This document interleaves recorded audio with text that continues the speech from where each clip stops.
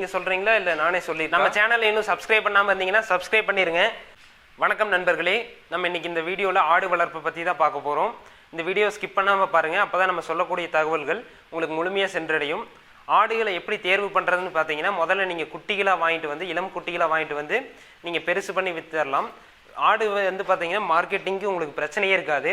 ஆடு வந்து நம்ம எப்போ வேணாலும் ஈஸியாக விற்றுறக்கூடிய ஒரு பொருள் தான். நீங்கள் கோழி மாடு விட கம்பேர் பண்ணுறப்ப நீங்கள் ஈஸியாக ஆடுகளை வந்து விற்பனை பண்ணிடலாம். இது குட்டிகள் பார்த்தீங்கன்னா உங்களுக்கு வந்து 1000 ரூபாயிலிருந்து குட்டிகள் இருக்கும். நீங்கள் குட்டியில் இளம் குட்டி பால் குடிக்கிற குட்டியிலேருந்து வாங்கிட்டு வந்து நீங்கள் வளர்த்திக்கலாம். முடிஞ்ச அளவுக்கு நீங்கள் மாடு வச்சுருந்து அதுக்கப்புறம் நீங்கள் ஆடு வளர்க்க மாதிரி பாருங்கள். அதனால் என்னாகுன்னு பார்த்தீங்கன்னா, ஒரு லிட்டர் வந்து பார்த்தீங்கன்னா இப்போ 50 ரூபாய்க்கு விற்கிறாங்க மாட்டுப்பால்.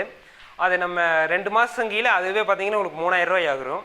நீங்கள் 3000 ரூபா அதுக்கு ஸ்பெண்ட் பண்ணுறதுக்கு நீங்கள் 3000 ரூபாய்க்கு மேவு திங்கிறதுக்கு குட்டியை வாங்கி இது வளர்த்திக்கலாம். அதனால் பார்த்தீங்கன்னா மாடு இருந்துச்சுன்னா உங்களுக்கு ரொம்பவுமே ஆடு வளர்க்குறதுக்கு பெஸ்ட்டாக இருக்கும். இது வந்து பார்த்தீங்கன்னா நம்ம 4 ஆடு வச்சுருக்கோம். இந்த 4 ஆடு சேர்த்து பார்த்தீங்கன்னா 4000 ரூபா வந்துச்சு. நம்ம மாட்டுப்பால் கொடுத்து இந்தளவுக்கு வளர்த்திருக்கோம். இப்போ ஒரு ஆடு பார்த்தீங்கன்னா ஒரு 15 to 20 கிலோ வரும். இப்போ பார்த்தீங்கன்னா விற்பனைக்கு ரெடியாக கண்டிஷன் ஆயிடுச்சு. நம்ம இந்த மழை காலத்தில் கொஞ்சம் மேவு இருக்கிறதுங்கிறனால கொஞ்சம் ஆடுகளை வச்சுருக்கோம். நம்ம இந்த மாதிரி நம்ம குட்டிகளாக வாங்கி ஆடுகளாக பண்ணி விற்றோம்னா உங்களுக்கு வந்து நல்லவுமே ரொம்ப ப்ராஃபிட் இருக்குது. நம்ம ஆடு பார்த்திங்கன்னா 2 நேரம் மேய்ச்சல், அது போக நம்ம ஒரு நேரம் வந்து பார்த்திங்கன்னா இந்த ரூமில் வந்து நம்ம தீவனம் கொடுத்துருவோம். அப்போ தான் பார்த்திங்கன்னா ஆடுகளோட வெயிட் வந்து உங்களுக்கு அதிகமாக இருக்கும். நீங்கள் வந்து கெடாய் ஆடுகளாக வாங்குறத விட கெடா குட்டி கிடச்சதுன்னா ரொம்பவுமே வாங்கி வளர்த்துங்க. அது வந்து நல்ல வெயிட் க்ரோத்தும் உங்களுக்கு அதிகமாக இருக்கும்.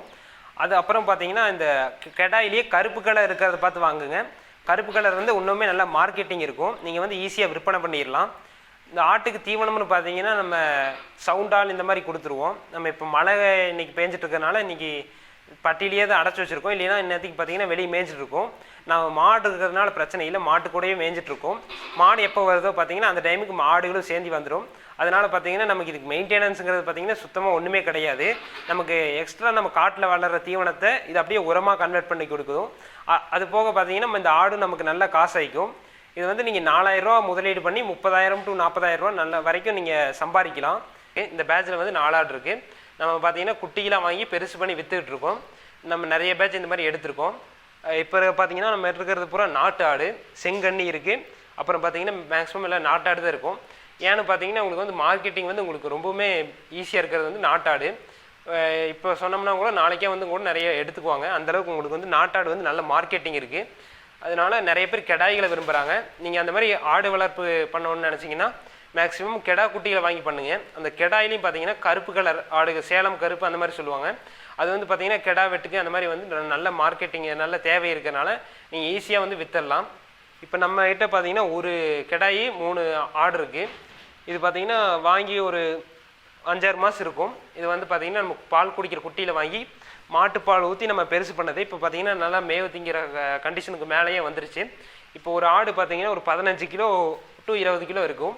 நீங்கள் ஒரு உயிரிடை பார்த்தீங்கன்னா கிலோ 450-400ங்கிற ரேஞ்சுக்கு வந்து எடுத்துகிட்டு இருக்காங்க நாட்டாடு. அப்போ பார்த்தீங்கன்னா உங்களுக்கு வந்து ரொம்பவுமே நல்ல ப்ராஃபிட் இருக்குது. இதில் பார்த்தீங்கன்னா நமக்கு மெயின்டெனன்ஸுங்கிறது சுத்தமாக உங்களுக்கு வந்து ஒன்றுமே கிடையாது. நம்ம நீ குட்டா அது வாட்டுக்கு போய் மேய்ஞ்சிட்டு வரும். அப்புறம் இன்னொரு அது நைட்டில் பார்த்தீங்கன்னா நம்ம தீவனம் இந்த மாதிரி எக்ஸ்ட்ரா கொடுப்போம். அப்போ தான் பார்த்தீங்கன்னா உங்களுக்கு ஆடோட வெயிட் வந்து உங்களுக்கு வந்து நல்லாயிருக்கும்.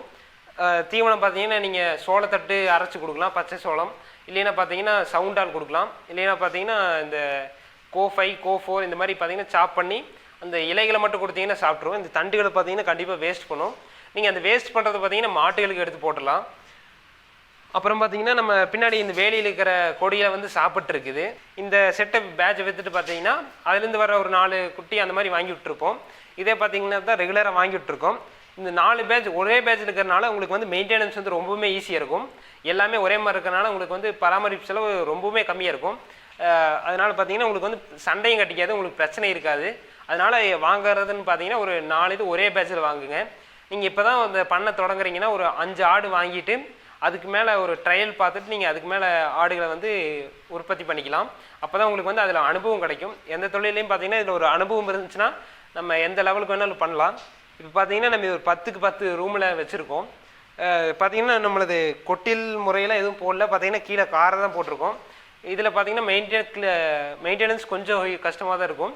ஒரு 2 நாளைக்கு ஒருக்கா நம்ம வந்து க்ளீன் பண்ணுற மாதிரி இருக்கும். அப்போ தான் பார்த்தீங்கன்னா ஆடுகள் வந்து நல்லா சுத்தமாக இருக்கும். 2 நாளைக்கு வந்து பார்த்திங்கன்னா சும்மா ஒரு கூட்டி விட்டால் போதும். அதுலேயும் பார்த்தீங்கன்னா நம்ம காரைங்கிறனால உங்களுக்கு வந்து மெயின்டெனன்ஸும் கொஞ்சம் ஈஸியாக இருக்கும். வணக்கம் நண்பர்களே, ஆடு வளர்ப்பில் நம்ம கவனிக்க வேண்டியது பார்த்தீங்கன்னா இந்த மாதிரி தீவனத்தை வந்து நம்ம முறையாக கொடுக்கணும். இல்லைன்னா பார்த்தீங்கன்னா கீழே போட்டு பார்த்தீங்கன்னா நிறைய மேலேறி நின்று சாப்பிட்ருக்கு. இதனால் பார்த்தீங்கன்னா தீவனம் வந்து உங்களுக்கு ரொம்பவுமே வேஸ்டேஜ் ஆகும்.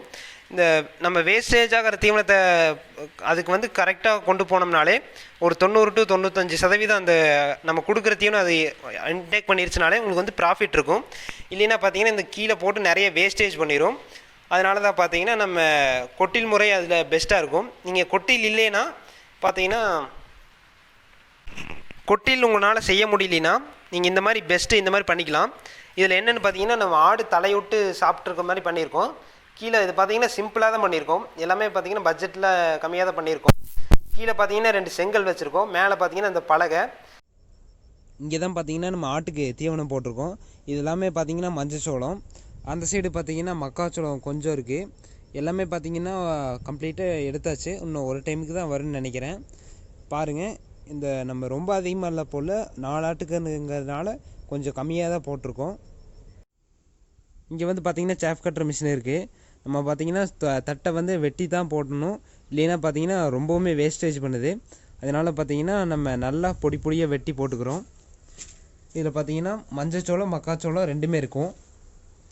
பாருங்கள், இல்லை கருதெல்லாம் கூட இருக்கும். இது போட்டிங்கன்னா நமக்கு 2 days கூட தாட்டும். 4 ஆடு குட்டிங்கிறதுனால பார்த்திங்கன்னா ஒரு 2 நாள் கூட வச்சு நம்ம இதே இப்போ அளவாக இருக்கும். 2 நேரம் பார்த்திங்கன்னா மேய்ஞ்சிட்டு ஒரு நேரம் பார்த்திங்கன்னா இந்த மாதிரி நம்ம தீவனம் போட்டுருவோம். பாருங்கள், மஞ்சள் சோளம் மக்காச்சோளம் எல்லாமே இருக்குது. பாருங்கள், எல்லாமே பார்த்திங்கன்னா சின்ன பீஸாக கட் பண்ணிக்கிறோம். அப்போ தான் பார்த்தீங்கன்னா வேஸ்டேஜ் இருக்காது. இல்லைன்னா பார்த்தீங்கன்னா ரொம்பவுமே வேஸ்டேஜ் இருக்கும். உங்களுக்கு தண்டு மற்ற நிறையா இது வேஸ்ட் பண்ணிடும். இந்த மாதிரி கட் பண்ணி போட்டோம்னா உங்களுக்கு வந்து வேஸ்டேஜ் வந்து ரொம்பவுமே கம்மியாக இருக்கும். இது சாப்பிடாத பார்த்தீங்கன்னா நம்ம மாட்டுக்கு எடுத்து போட்டுடலாம். அதனால் பார்த்தீங்கன்னா நம்ம கட் பண்ணி போட்டால் ரொம்பவுமே பெஸ்ட்டாக இருக்கும்.